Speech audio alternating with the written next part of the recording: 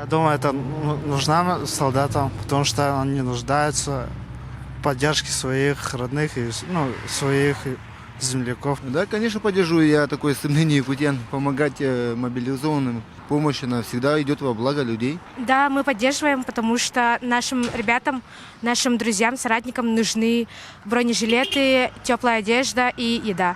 Да, конечно, так как там не все выдают все нужные вещи, так что мы думаем, что мы должны помочь своим же людям, поддержать их. Надо помогать, конечно, обязательно.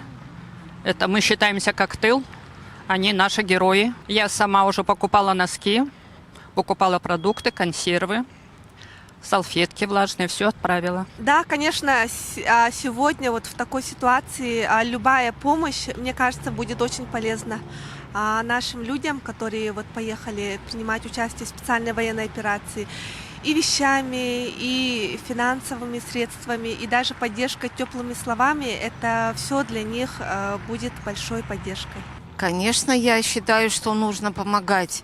А кто же будет помогать, если не мы, простые люди? Ну, конечно, правительство, это само собой, должно помогать, но и мы, простые люди, хоть какую-то толику можем внести помощи вот в этом вопросе.